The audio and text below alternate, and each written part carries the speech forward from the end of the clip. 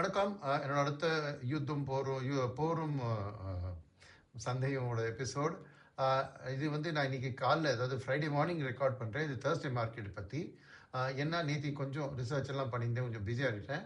எதில் ரிசர்ச் பண்ணேன்னு கேட்டிங்கன்னா, இந்த ஃபீட்பேக் நிறைய பேர் கொடுத்தீங்க. இந்த வால்யூம் ஆடியோ பற்றி எல்லாம் ஃபீட்பேக் கேட்டேன். நிறைய பேர் வந்து ஆடியோ இப்போ கிளியராக இருக்குது, அந்த நியூ மைக்ரோஃபோன்னு சொன்னாங்க. பட் சில பேர் வந்து கொஞ்சம் லேக் இருக்குது, என்னோட பேச்சுக்கும் அதோட வீடியோக்கும் லேக் இருக்குது அப்படின்னு சொன்னாங்க. அதை பற்றி கொஞ்சம் ஸ்டடி பண்ணின்னு பார்த்தா, அந்த எக்ஸ்டர்னல் மைக்ரோஃபோனுக்கும் ஐஃபோனு யூஸ் பண்ணுறதுல அந்த ஸ்பீட் ரேட் வித்தியாசமாக இருக்கிறதுனால வேற ஏதோ ஆப்பை டவுன்லோட் பண்ணி ரெக்கார்ட் பண்ண சொல்லி சொல்கிறாங்க.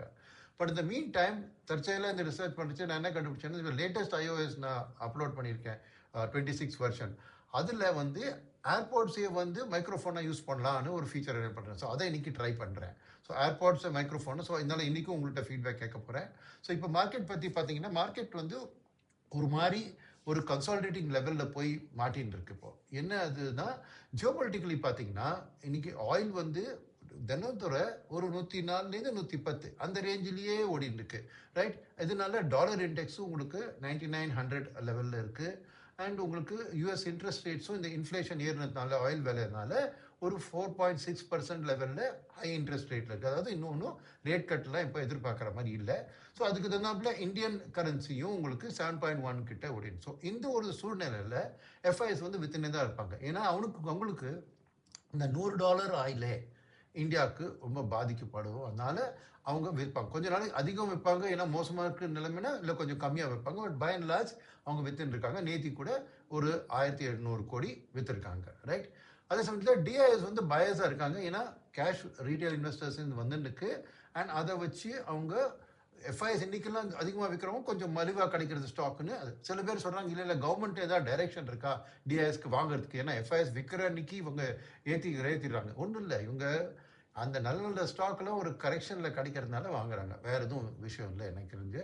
ஸோ அண்ட் என்னன்னா, இந்த ரீட்டைல் இன்வெஸ்டர்ஸ் வந்து அதே மாதிரி அவங்களுக்கு டொமஸ்டிக்காக ஏதாவது பேட் நியூஸ் இல்லை, பெட்ரோல் ப்ரைஸ் ஹைக் அந்த மாதிரி இன்னைக்கு பேட் நியூஸ் இல்லைன்னா அன்னைக்கு வந்து போய் வாங்குறாங்க.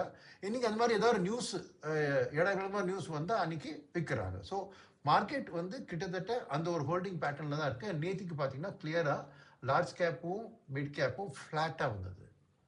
நான் கொஞ்சம் பையிங் வந்தது, கொஞ்சம் செல்லிங் வந்தது. வேறஸ் ஸ்மால் கேப் வந்து 60 பேசிஸ் பாயிண்ட்ஸ் அப் இருந்தது, மைக்ரோ கேப் 1.1% அப். ஸோ கிளியராக இந்த ரீட்டைல் HNI டிஐயோட ஃபோக்கஸ் தெரியுது.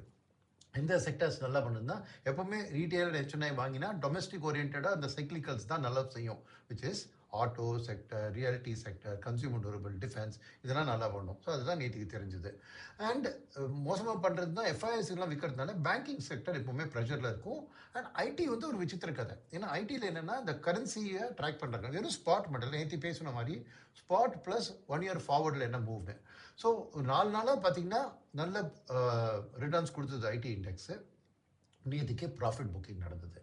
ஏனத்தினால, ஏன்னா ஐடி தான் வேர்ஸ்ட் பெர்ஃபார்மிங் இண்டெக்ஸு.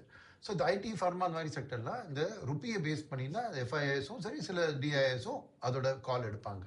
ஸோ நேற்றுக்கு என்ன ஆச்சுன்னா, ருப்பி ஒரே தெரியாக வீக்கன் ஆகிற மாதிரி ஒரு ட்ரெண்ட் வந்ததுனால ரிசர்வ் பேங்க் வந்து ரொம்ப ஸ்ட்ராங்காக வந்து ஷார்ட்லேயே நல்லா கண்ட்ரோல் பண்ணாங்க. ஸோ 96 வரைக்கும் போன ரூபாயா 96, 64 பேசிஸ் பாயிண்ட்ஸ் இம்ப்ரூவ் ஆகி முடிஞ்சுது. ஸோ நேற்றுக்கு அப்ரிஷியேட் ஆச்சு ரிலேட்டிவாக ருப்பி, ரைட்? ஸோ இதனால ஃபார்வர்ட் ப்ரீமியமும் இறங்கிட்டு இன்னைக்கு 1 இயர் ஃபார்வர்ட் வந்து 100க்கு கீழே வந்துடுது.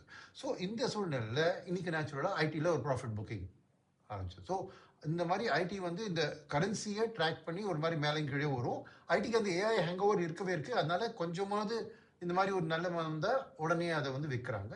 ஃபார்மா, எக்ஸ்போர்ட் ஓரியன்ட் செக்டர்ஸ்லாம் அதே மாதிரி தான் இது பண்ணுறது. ஸோ இதுதான் மார்க்கெட்டோட சூழ்நிலை. ஸோ இப்போ இந்த வார் வந்து முடியறாப்புல ஒன்றும் தெரியற மாதிரி செய்தி வரல. ஏன்னா 2 பக்கமும் செய்தி வந்துனே இருக்குது. ஃப்ளோ ஆஃப் நியூஸ் தான் வருதே தவிர வேறு எதுவும் கான்க்ரீட்டாக டெவலப்மெண்ட் வரல. அதனால இந்த எஃப்ஐஎஸோட செல்லிங் இப்படி தான் இருக்கும். அண்ட் டிஐஎஸ்ட கேஷ் இருக்கிறதுனால வாங்கிட்டு இருப்பாங்க. ஸோ கன்சாலிடேட்டாக மார்க்கெட் மூவ் ஆகிட்டு இருக்கும். பட் என்னை நம்பி வார் வந்து நெருங்கி வருது முடியறதுக்குன்னு நான் நினைக்கிறேன். ஏன்னா எக்கனாமிக்கலி 2 பக்கமும் ரொம்ப ட்ரபிள்டு தான் இருக்குது. ஈரானுக்கு ரொம்ப எக்கனாமிக்கலி ரொம்ப ட்ரபிள்டாக இருக்குது. சேம் டைம் அமெரிக்காவில் இந்த இன்ஃப்ளேஷன் ஏறிட்டு, நான் சொன்னேன்ல இன்ட்ரெஸ்ட் ரேட்ஸ்லாம் ஹையாக இருக்குது. டெஃபினட்டாக ரேட் கட் இல்லைன்னு ட்ரம்ப் மேலேயும் ஒரு எலெக்ஷன் வருது, மிட் டேர்ம் எலெக்ஷன். ஸோ அந்த ப்ரெஷர் இருக்குது. ஸோ அவர் என்ன தான் டெய்லி இது மாதிரி பேச்சு கவுண்டர் பேஜ் பண்ணாலும் எனக்கு தெரிஞ்சு வார் வந்து முடியறதுக்கு இன்னும் பக்கமாக இருக்குது. ஸோ அந்த பக்கம்னா எப்போதும் சொல்ல முடியாது. 1 வாரம் 2 வாரம் 10 வாரம் கூட ஆகலாம். பட் முடிகிற மாதிரி இருக்குது. எதுக்கு சொல்கிறேன்னா, அது நடக்கிற வரைக்கும் மார்க்கெட் இதே மாதிரி தான் சுற்றின்னு இருக்கும். ஸோ நான் சஜஸ்ட் பண்ண இந்த ஸ்ட்ராட்டஜி முதல்லேன்னு சொல்கிறது அக்யூமுலேட், ஸ்டாகர்டு, டைவர்சிஃபைடு, அதே கண்டினியூ பண்ணிட்டு இருங்க. நாளைக்கு சந்திப்போம். திரும்ப ஃபீட்பேக் இந்த ஏர்பாட்ஸ் மைக்ரோஃபோன் பற்றி ஃபீட்பேக் கொடுங்க. நன்றி, வணக்கம்.